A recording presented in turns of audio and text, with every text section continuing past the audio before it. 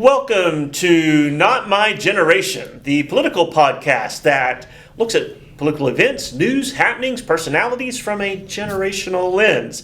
And today is going to be a somewhat abbreviated edition, but we're going to look at candidate filing. So last week, we had a 3-day period where anybody who wanted to run for office in Oklahoma this year had to file and pay a filing fee, which they do get back, but only if they get a certain percentage of the vote, right? Yeah. And so we're going to look at some of these races, and I can tell you right now, you get past the 2 Senate races and the governor's race, and that 1 congressional district race, and we're not overly competitive, right? It's just not a whole lot of people. So I'll run down these, and then you just chat how you want to and throw in where you want.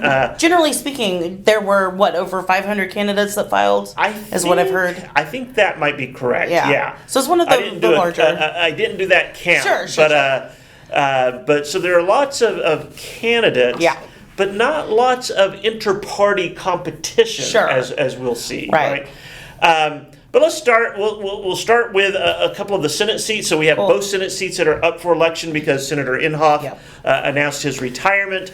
Senator Langford did draw 2 primary challengers, and then you've got 6 Democrats who filed for that seat. Goodness. And an independent. So there'll be 3 candidates on the general election ballot in that. And that's not bad. That's not bad. Yeah. Inhofe's seat, you have 13 Republicans running for that. Everybody from the current party chair, the sitting member of Congress, other folks, right? Just a lot of people. It's kind of a last-minute surprise as well in Scott Pruitt. Yeah, Scott Pruitt, former Attorney General, former EPA administrator under Trump, who has reemerged, I guess, to mount a Senate campaign. We'll see how that goes. There's also 1 Democrat, but it is a significant Democrat. That is former U.S. Representative Kendra Horn, who's going to be making a run at that. And then you have an independent and a libertarian, both who are, so there'll be 4 names on the ballot. Yeah, that's not exciting. Bad. We like that. I like that. We like choice. You get to Congressional District 2, 14 Republicans. I need to ask you, because you're our resident libertarian, that side of the spectrum. How does the party reconcile these 14 folks in this primary? I mean, and that's always the question that we have now. Right. I think you've got 14 candidates. I think at the end of the day, probably 5 of them will have any kind of realistic shot. Yeah. And it'll be, whose message starts resonating and, what's the mood of Republicans in that 2nd congressional district? Are they going to want, someone who's going to maintain kind of the Trump agenda and Trump persona? Are they wanting something different? And who's going to be able to tap into those voters, right? And that's going to be really interesting. Yeah. There is, in addition to all of those Republicans, there's 1 Democrat, Naomi Andrews. Okay, I don't know that name. I don't recognize that name either. And then the most creative name this election cycle, you have an independent running, Bulldog Ben Robinson. Well, we want to know what his issue advocacy is. Looking forward to hearing what Ben, the Bulldog, has to say. All right, let's jump down to the governor's race. Governor Stitt actually drew 3 Republican opponents in the primary. Again, I don't know that any of them has any kind of legitimate shot, but it does reveal some dissatisfaction. Absolutely. Right, and we had, the midterm debate last week, or our great debate panel on the midterm elections, and we had some Republican strategists say as much, right? Even though you do have, I think the one that is viable and may be a bit of a spoiler, maybe, 5 to 7%. I wouldn't go any further than that. Sure. But certainly Joe Kinsel is no outsider to Oklahoma politics. He was the parliamentarian for the Oklahoma Senate for a very long time, including when I was a reporter there, and is now the current executive director of the Oklahoma Department of Veteran Affairs. Right. So he kind of comes with a built-in audience, if you will. Exactly. So I would not discount him altogether. Right. It's just the uphill climb. Absolutely. Steep, right. Absolutely. Then there are 2 Democrats, names that we are familiar with. Current state superintendent Independent Schools, Joy Hofmeister, who, as you might remember, switched parties to Democrat a few months back in order to make this run. I think that's a recognition of what she thought the challenge would be like. Oh, absolutely. To run as a Republican in a primary. Yeah. And then former State Senator Connie Johnson, who has run for a statewide office before. Repeatedly. And is going to mount another one. We'll see how that...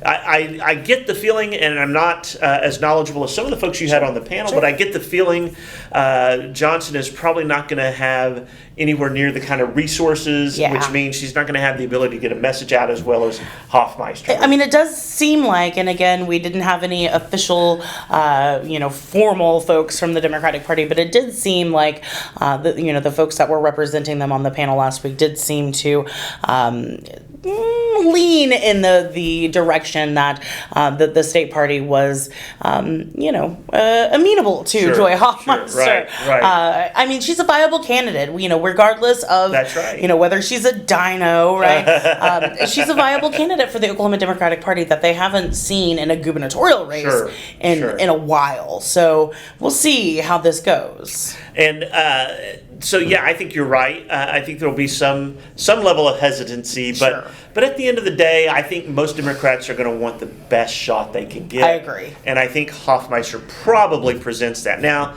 campaigns are silly things, They are. And you never know what will happen, but we'll find out. In addition to those, there is a Libertarian and an Independent. The Independent is a former Republican state senator, Dr. Irvin Yin.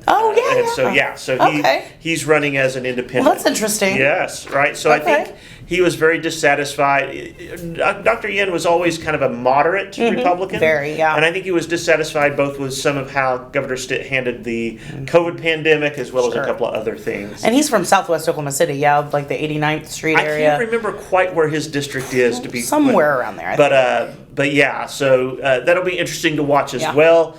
Now, there are 3 statewide offices that Democrats didn't field a single candidate for, right? Out of about 8 or 9, there were 3. That is the state auditor and inspector, which there are 2 Republicans, and that's it. So that'll be decided in the primary. Yep. The Attorney General's office will have a general election, but only because a Libertarian filed. So more than likely that'll be decided in the Republican primary as well. Yes, likely. And then the insurance commissioner, who drew no opponent at all, no Republican or Democrat or Libertarian or Independent. Wow. And so he, by default, is reelected, right? So congratulations, Glenn Mulready. Right.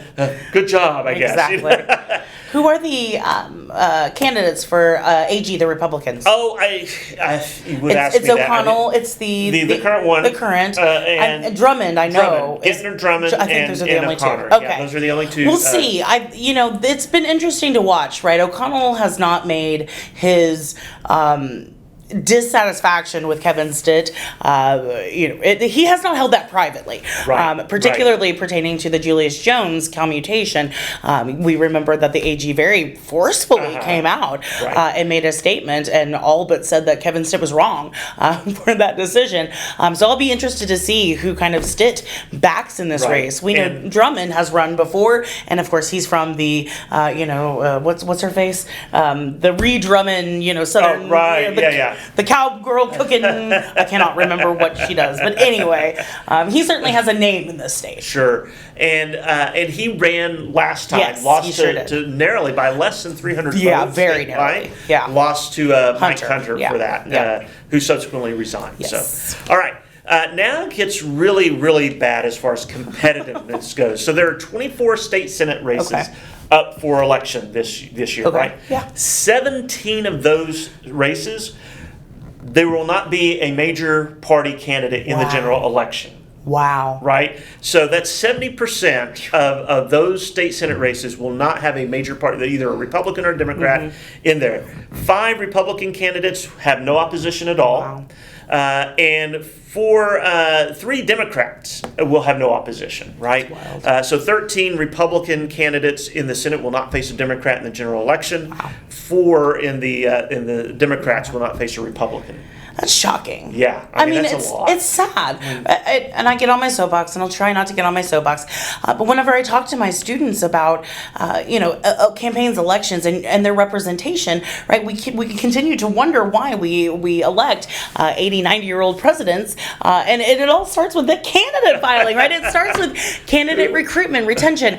And we can be more a part of that as people in the citizens in the community, right? You are not immune, and you're also not too stupid to go and avail yourself to your state parties, either as a candidate yourself or to help find candidates that are more suitable. It baffles me. Yeah. It baffles me that we have this many seats that are just gonna, somebody's just gonna walk into. So now it gets even worse. Let's look at the House races, state House. No. There are 101 state House races up. Yeah. 71 of them will have no major party opposition in the general election. 71 out of that 101. Oh my goodness.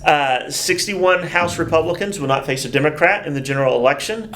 37, no opposition at all. They were reelected as soon as filing was finished. Wow. Yeah, so fully a third of the House, just on Republicans, right? There are 10 Democrat candidates that will not face a Republican. Of those, 8 of them won by default. They have no opposition at all, My right? goodness. So that means you've got roughly 45, so almost 45% of your legislature won as soon as filing period was done. That shouldn't be. I mean, I don't care about your political ideology or your affiliation. This should not be happening in a competitive democracy. Right.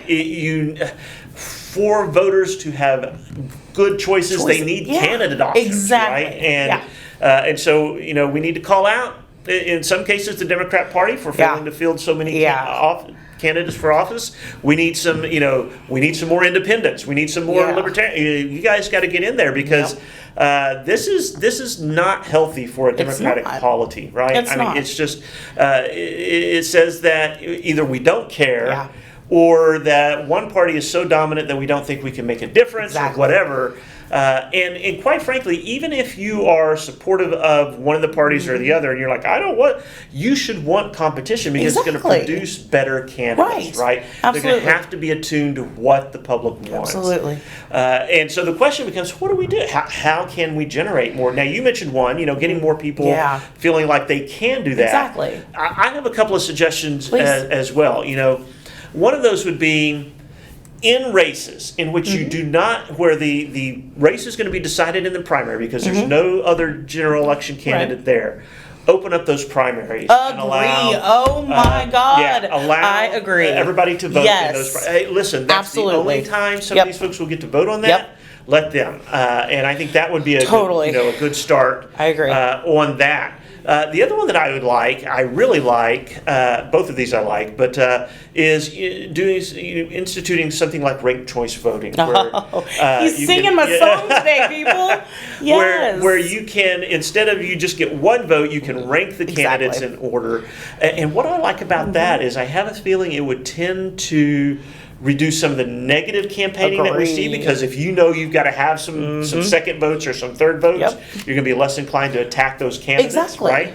And it could also produce candidates that are more close to the middle as opposed to the extremes, as we have now. Yeah, it's problematic. Are either of those going to happen in Oklahoma anytime soon? Unfortunately, I don't think so. But I think they would be a good start, along with citizens, like you said, just realizing it's not that difficult. It's really not. In fact, we have 2 that I know of, 2 students or former students who are running for office this year. One is running against the sitting majority leader. That's going to be an uphill climb. A little bit. But we're still proud. But you know what? That's right. No, that student is being active and involved and saying, I'm not going to wait around for someone else to do it. He did what we told him to do. And then we have another student who's running for a seat, I think up in northwest Oklahoma County, against an incumbent Democrat. And so you just got some stuff going on. And But that's what it takes, right? It It takes people who are willing to say, I'm not satisfied with how things are going. Yeah. And if nobody else is going to step up, I'm going to. And we understand that, in this democracy and in this time period, it takes a lot, right? Time and resources, i.e. money, which is, by and large, Right. difficult to come by. We understand that, running for office, even volunteering on a campaign takes those resources. But in a democracy, man, I tell my students all the time, you cannot take a knee on democracy. You've got to be active. You've got to be participating.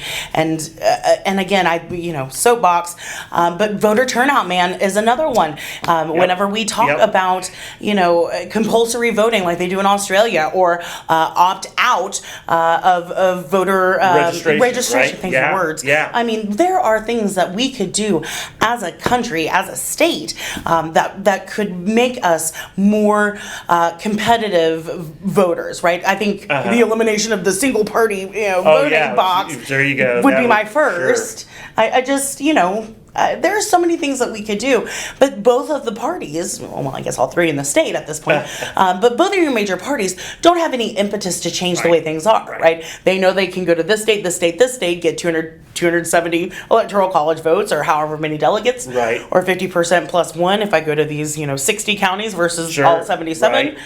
And it's a done deal. And again, that is not the way I think that either of us would like to see our democracy function. Sure. Because our voices are fundamentally not being represented. Right. Both, Professor Davenport and I don't sit on the fringes of either side of the spectrum, believe it or not, children. We don't. And so, again, unless you are kind of that loud fringe at this point, you're not getting, if you're not Marjorie Taylor Greene, there's a reason those folks are the ones who get all the media attention and all of the focus is because they're the loudest, and in some cases the most wrong, obnoxious, and in some cases, like you said, the very most wrong voices that we should be hearing from. And I'm gonna mention something.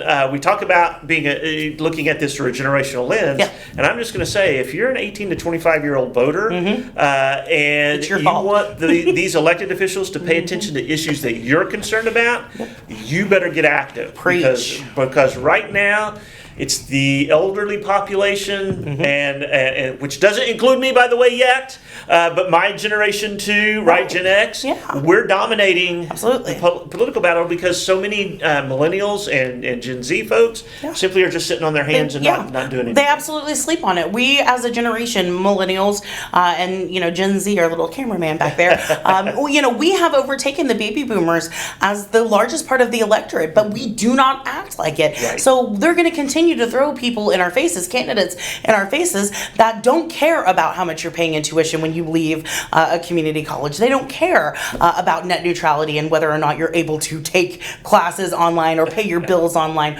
or your privacy of your data. Things that we absolutely need to be focusing on, and we're still fighting about building naval ships, right? And and Social Security, which are fine battles to fight, but they in no way reflect the majority of the population anymore in the United States. And what they're dealing with at this particular point in time, right? Exactly. So the lesson for today, young people, get out and vote, go volunteer, find you a candidate that you really like and volunteer for them, throw them a few dollars for their campaign, whatever you have to do, right? And if you can't find a candidate, be that candidate. Exactly. Good one. There you go. That's a good place to end. All right. We will see you next time. Thanks for joining us here on Not My Generation. If you'd like to suggest a show topic or give us some feedback, you can reach us at notmygeneration@raider.rose.edu. We'll see you next time.